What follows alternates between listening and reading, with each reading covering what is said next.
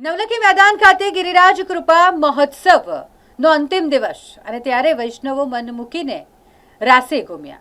વડોદરા શહેરના નવલખી મેદાન ખાતે ગિરિરાજ કૃપા મહોત્સવનું આયોજન કરવામાં આવ્યું। 3 દિવસીય આયોજન વલ્લભ યુથ ઓર્ગેનાઇઝેશન અને વ્રજધામ સંકુલના સંયુક્ત ઉપક્રમે આ ગિરિરાજ કૃપા મહોત્સવ યોજવામાં આવ્યો હતો, જ્યાં વૈષ્ણવાચાર્ય પૂજ્ય વ્રજરાજ કુમાર મહોદય શ્રીના સ્વમુખે સૌએ ગીતાજી પ્રવચન સાંભળ્યા, તેનો લાભ લીધો અને પછી અતુલ પુરોહિતજીના સ્વકંઠે જે રાસ લેવામાં આવ્યા તેની પણ સૌ વૈષ્ણવોએ મજા માણી।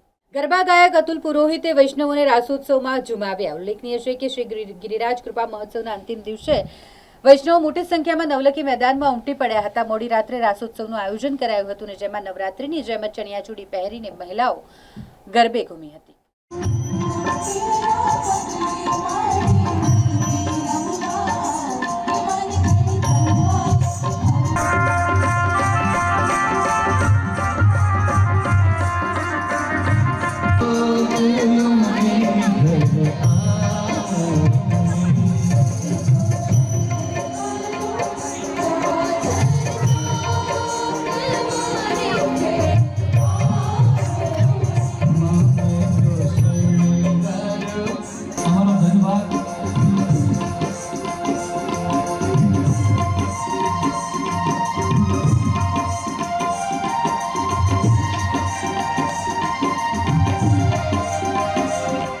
વલ્લભ યુથ ઓર્ગેનાઇઝેશન વિવાહો તેમજ વ્રજધામના તત્વાવધાનમાં નવલખી મેદાન ખાતે ત્રિદિવસીય ગિરિરાજ કૃપા મહોત્સવનું ભવ્ય દિવ્ય આયોજન કરવામાં આવ્યું।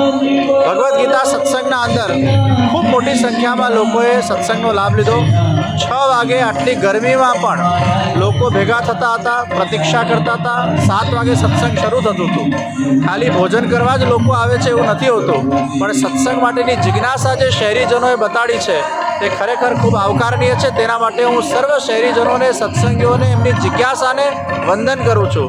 હિન્દુ વૈષ્ણવ પ્રેરણા મહોત્સવ જે ડિસેમ્બરમાં આયોજિત થયો હતો, હજારો લાખો લોકોએ એમાં સત્સંગ કર્યું હતું। એની સફળતા પછી પુનઃ આવી ગરમીમાં પણ અધિક માસ પુરુષોત્તમ માસમાં ખૂબ મોટી સંખ્યામાં લોકો આ સત્સંગ યજ્ઞમાં જોડાયા, ગૌચારણ મનોરથમાં જોડાયા, યજ્ઞમાં જોડાયા અને આજે આપ જોઈ શકો છો રાસોત્સવમાં પણ ખૂબ મોટી સંખ્યામાં લોકો આજે ભક્તિમાં ઝૂમી રહ્યા છે। 1 થી 1.5 લાખ લેખા ભક્તો 3 દિવસ દરમિયાન આવ્યા છે। દેશ વિદેશથી લોકો આવ્યા છે। શું કહેશો? દેશ વિદેશથી, ગુજરાતથી, ભારતથી, અલગ અલગ દેશોથી ખૂબ લોકોએ આ મહોત્સવમાં હાજરી આપી છે, યજ્ઞનો લાભ લીધો, ગૌચારણ દર્શનનો લાભ લીધો અને સત્સંગનો લાભ લીધો છે। બાળકો, યુવાનો પણ ખૂબ મોટી સંખ્યામાં આગળ બેસીને આ કથા પ્રવચનનો લાભ લેતા હતા।